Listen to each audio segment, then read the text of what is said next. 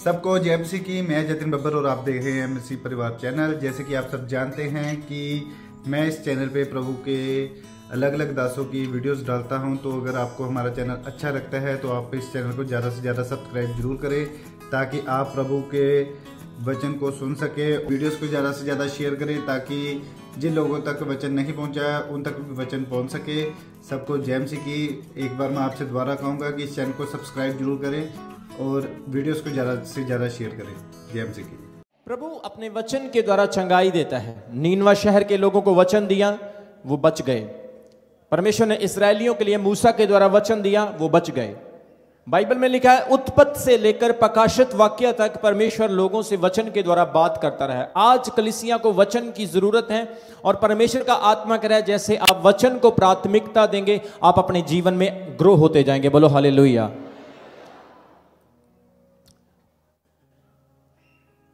आज आपने अगर प्रभु में बढ़ना है,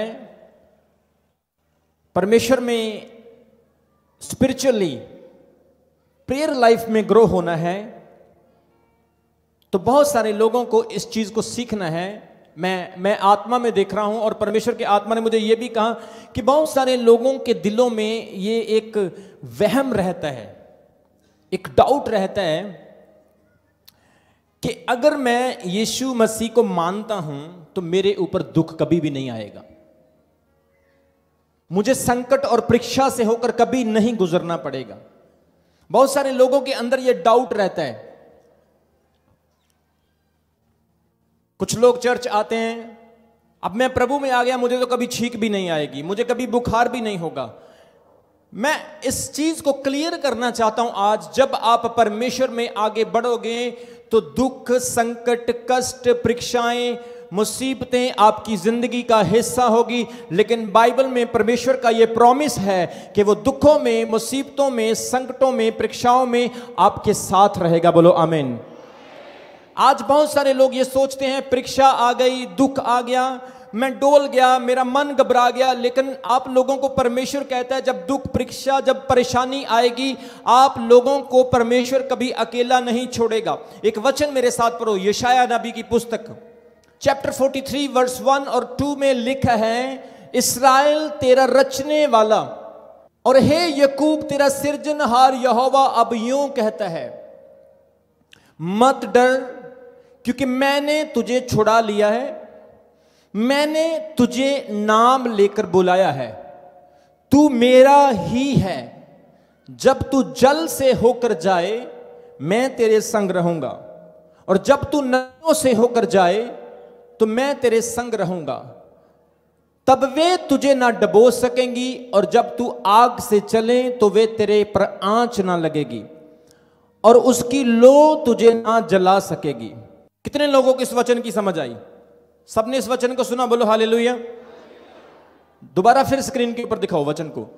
वहां लिखा, इस्राएल तेरा रचने वाला और हे याकूब तेरा सृजनहार यहोवा अब यूं कहता है, मत डर क्योंकि मैंने तुझे छुड़ा लिया है, मैंने तेरा नाम लेकर तुझे बुलाया है, तू ही मेरा है। जब तू जल से होकर जाए तब मैं तेरे संग रहूंगा, और जब तू नदियों से होकर चले तब वे तुझे डबो ना सकेंगी, और जब तू आग से होकर चले तो तुझ पर आंच ना लगेगी, और उसकी लो तुझे ना जला लेगी। कितने लोगों ने यह वचन सुना है? इस वचन को अंडरलाइन कर लो, यह आपकी मदद करने वाला। बोलो हालेलुया। परमेश्वर कह रहा है कि जब तू प्रभु के साथ चलेगा, जब तू खुदा की बंदगी करेगा, जब तू अपने आत्मिक जीवन में आगे बढ़ेगा, प्रार्थना में बढ़ेगा, परमेश्वर से बात करने की कोशिश करेगा, जहां खुदा की सेवा करेगा, तो तुझे नदियों से होकर गुजरना पड़ेगा, तुझे आंधियों से होकर गुजरना पड़ेगा, नदियों के किनारे से नहीं। परमेश्वर कह रहा है तुझे नदियों से होकर गुजरना पड़ेगा। तू ऊपर से फ्लाई करके नहीं जाएगा, तू अंडरग्राउंड नहीं जाएगा, तुझे नदियों के बीच से होकर गुजरना पड़ेगा। आज मेरे प्रियो, बहुत सारे लोग कहते हैं मैं प्रभु में आ गया, मुझे नदी से ना गुजरना पड़े, मैं प्रभु में आ गया, अब मुझे आंधियों का सामना ना करना पड़े। वो कहता है तू नदियों से गुजरेगा पर नदियां तुझे डबो ना सकेंगी। बोलो आमीन। वो कहता तू आग से तो गुजरेगा लेकिन आग तेरे ऊपर आंच भी नहीं लगा सकती है, क्योंकि मैं तेरे संग रहूंगा। बोलो हालेलुया। एक विश्वासी के जीवन का यही मूल मंत्र है कि जब वो दुख से, परीक्षा से, संकट से और कष्ट से होकर गुजरता है, परमेश्वर हमेशा उसके साथ रहता है। खुदा की शैडो उसको कभी भी सेपरेट नहीं करती है। आज भी बहुत सारे लोग इस चीज के लिए वहम करते हैं, डाउट करते हैं कि शायद परमेश्वर मेरे साथ नहीं है, और वो अपने विश्वास को खो देते हैं। लेकिन वचन में लिखा, अगर तुम प्रार्थना करने वाले सच्चे विश्वासी हो, अपने जीवन को पवित्र रखा है, पाप नहीं करते हो, तो परमेश्वर कह रहा है तू नदी से भी होकर जाएगा तो मैं तेरे साथ रहूंगा। तू आग से भी होकर गुजरेगा, आग से तू जाएगा तो सही, लेकिन आग तेरे ऊपर आंच भी नहीं, लो भी नहीं डाल सकती है। कितने लोग ये विश्वास करते हैं ऐसा हो सकता है? कितने लोग बिलीव करते हैं कि आज परमेश्वर ऐसा कर सकता है? बोलो हालेलुया। वो कहता है मैं तेरा परमेश्वर हूं। आज जब कष्ट आता है डरना नहीं, जब कष्ट आता परीक्षा से गुजरना है, मन को डोलना नहीं। ये अपने मन से विचार निकाल दो कि प्रभु में चलोगे तो कष्ट नहीं आएगा। एक लेडी आई मेरे पास, वो बोली अपोस्टल जी मैं चर्च में आती हूं, मुझे बुखार हो गया, अब मैं चर्च नहीं जाऊंगी क्योंकि मुझे फीवर हो गया। छोटी सी बात, एक फीवर से डर गई। वचन में लिखा डैनियल को जब शेरों की मांद में डाला गया, डैनियल डरा नहीं, क्योंकि वो जानता था कि परमेश्वर आग से और शेरों की मांद से बचाने वाला है। बोलो आमीन। आपका भरोसा इस प्रकार का जब होगा तो प्रभु परमेश्वर आपके साथ रहेगा। वहां पर क्या लिखा है? वो बोल रहा है नदियों से होकर तुझे गुजरना पड़ेगा। कितने लोग नदी से गुजर सकते हैं प्रभु के लिए? मोस्टली लोगों को चर्च में आने के लिए आशीष चाहिए है, बरकत चाहिए है, लोगों को मिरेकल ब्लेसिंग चाहिए, लेकिन प्रभु के लिए नदी से गुजरने के लिए कोई तैयार नहीं है। आप तो नदी को देखकर डर जाते हो, ओहो अपोस्टल जी नदी आ गई, नदी आ गई, मैं अब भाग रहा हूं, मैं अब आग से नहीं गुजर सकता हूं, मेरे ऊपर ये परीक्षा क्यों आई? मैं तो प्रभु में चलता हूं, प्रार्थना करता हूं, मेरे ऊपर तो ये कष्ट नहीं आना चाहिए था। वचन में लिखा, परमेश्वर कह रहा है कष्ट आने हैं। आप बिलीवर हो तो कोई प्रॉब्लम नहीं, लेकिन कष्ट आने हैं, पर ये चिंता मत कर कि कष्ट तेरा कुछ बिगाड़ सकेंगे, क्योंकि मैं तेरे साथ रहूंगा। बोलो आमीन। परमेश्वर के वादों को याद करने वाला व्यक्ति उसके वादों को अपनी जिंदगी में पूरा होते हुए देखता है। आज आप कष्ट से गुजर रहे हैं, कर्जे से गुजर रहे हैं, गरीबी से गुजर रहे हैं, आज आपके घर में लड़ाई है, झगड़े हैं, क्लेश है, आपकी बीमारी नहीं जा रही है, आपके कामों में डिले हो रही है, आपके काम, आपके बिजनेस, आपकी जॉब नहीं लग रही है, लेकिन याद रखें ये नदियां हैं, ये आग है, लेकिन नदियां डुबोएगी नहीं, आपके ऊपर आंच नहीं आएगी, क्योंकि प्रभु कहता है ये आपकी जिंदगी का हिस्सा है। जब मैंने सेवकाई शुरू की, सोचकर देखो 2005 से लेकर 2021 तक मैं सेवकाई कर रहा हूं। इस सेवकाई में लाखों लोगों को मैंने वचन सुनाया। कितनी समस्याएं मेरे ऊपर आई होंगी, सोचकर देखो। कितनी नदियों से और कितनी आग से मैं गुजरा रहूंगा, सोचकर देखो। लेकिन प्रभु ने मुझे कभी अकेला नहीं छोड़ा। बोलो आमीन। अगर मैं उस नदी को देखकर भाग जाता, क्या आज मैं पास्टर बन पाता? आग को देखकर भाग जाता, क्या मैं पास्टर बन पाता? परीक्षा को देखकर भागना नहीं है, मुसीबत को देखकर डरना नहीं है, क्योंकि परमेश्वर के प्रॉमिस को याद रखना है। आज छोटी छोटी बातों के लिए हम झगड़ते हैं, गुस्सा करते हैं, आर्ग्यूमेंट करते हैं, अपनी स्पिरिचुअल लाइफ को डिस्टर्ब करते हैं। क्यों? क्योंकि हमारे अंदर भरोसा नहीं, ईमान नहीं। हम परमेश्वर के वचन को अपने दिमाग से निकाल देते हैं। लेकिन प्रभु कहता है जब तू नदियों से होकर गुजरेगा मैं तेरे साथ रहूंगा। बोलो हालेलुया। आज परमेश्वर चाहता है कलीसिया परमेश्वर के वचन को याद करें। कष्ट आए, दुख आए, समस्या, प्रॉब्लम आए, अगर आपको इन सारी समस्याओं से होकर गुजरना भी पड़े तो परमेश्वर आपके हमेशा साथ रहेगा।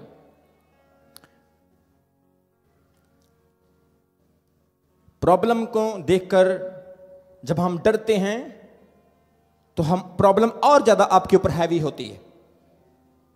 कितने लोगों को मेरी बात समझ आ रही? परमेश्वर विक्ट्री देना चाहता, जीत देना चाहता है, लेकिन जीत वो लोग पाते हैं जिनके अंदर बल होता है, जिनके अंदर मजबूती होती है। आपको मजबूत बनने की जरूरत है, क्योंकि परमेश्वर का आत्मा कह रहा है आने वाले दिनों में आप नदियों को पार करने वाले हो।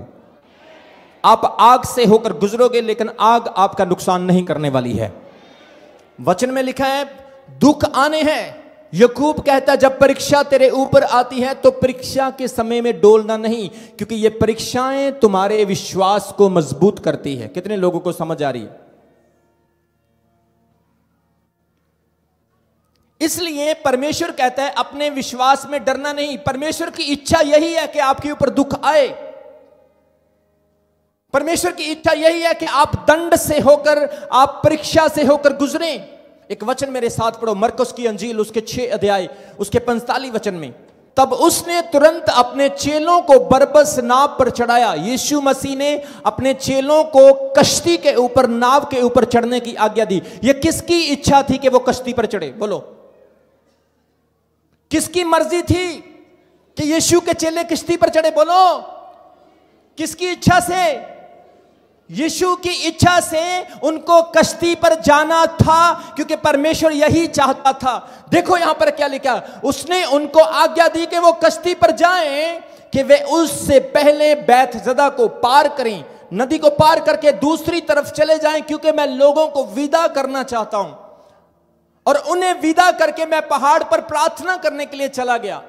और वचन में लिखा, जब सांझ हुई तो उनकी कश्ती नहरों में डगमगा रही थी, हवा उनके विरुद्ध थी, उनकी कश्ती डूब रही थी। मेरे प्रियो, परमेश्वर की इच्छा के बाद भी मुसीबत आ गई।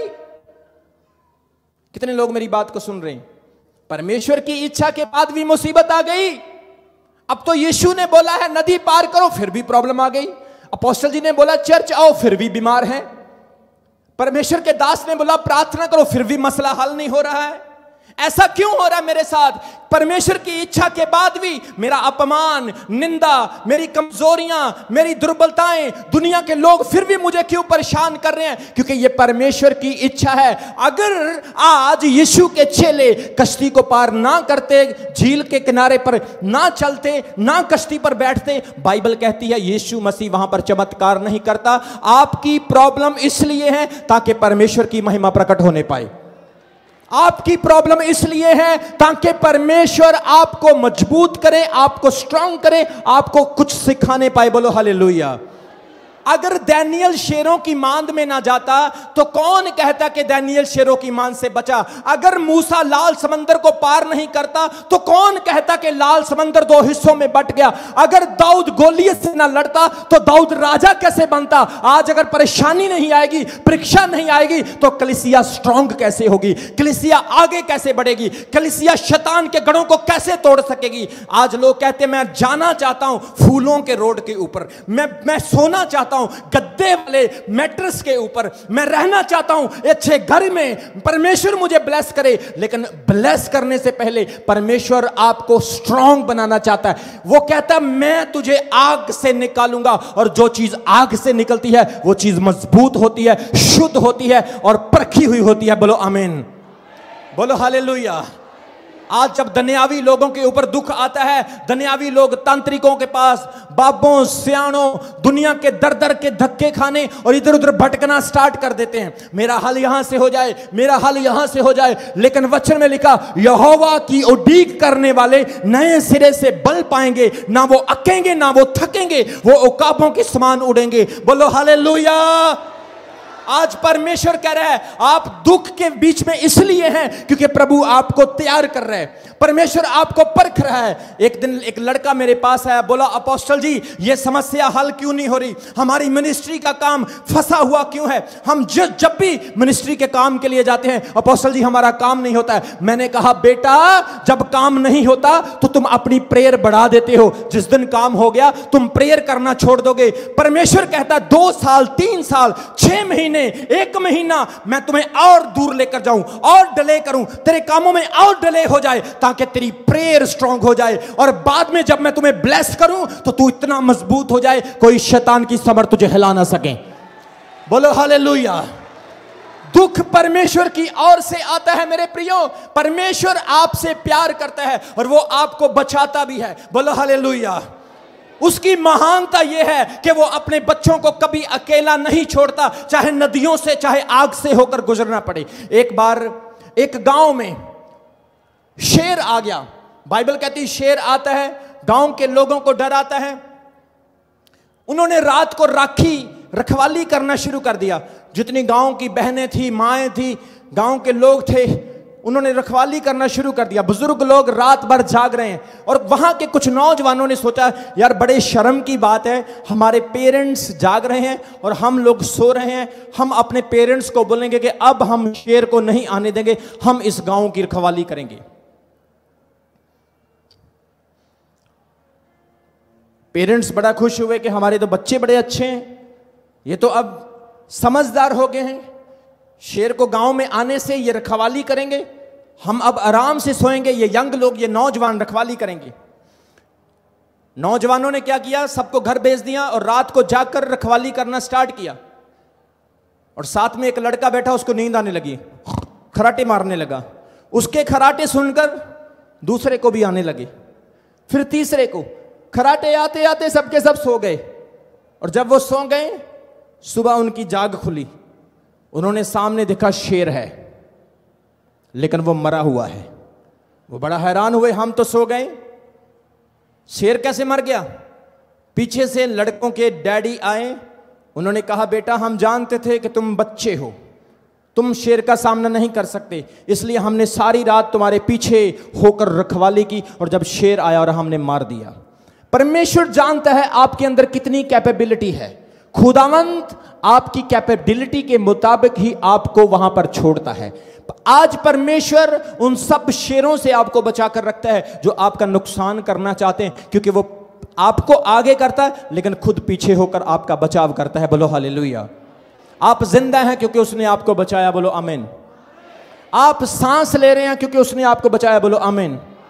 कोरोना के टाइम में कोई बैड न्यूज आपके लिए थी लेकिन परमेश्वर ने आपको बचाया। कितने लोगों को समझ आ रही है? आप गाड़ी के ऊपर जा रहे थे, आपका एक्सीडेंट हुआ, किसी ने आपके ऊपर जादू टोना किया, डॉक्टर ने आपको बैड रिपोर्ट दे दी, लेकिन परमेश्वर ने आपको बचाया क्योंकि वो बचाने वाला। बोलो आमीन। आप नशा करते थे, बुरी आदतों में, व्यभिचार में थे, आप जिंदा हैं क्योंकि परमेश्वर ने आपको बचाया। क्या इससे बड़ी विश्वास योग्य बात कोई नहीं कि परमेश्वर हमारे साथ रहता है। बोलो हालेलुया। वो कहता है तुम नदियों से होकर गुजरोगे। आज अपने पड़ोसी को यह बात बोल दो, भाई तुझे नदी से होकर गुजरना है, नदी से होकर गुजरना है। ये मत सोचना कि दुख नहीं आएगा, परीक्षा नहीं आएगा। परीक्षा आने वाला है लेकिन परमेश्वर बचाने वाला है।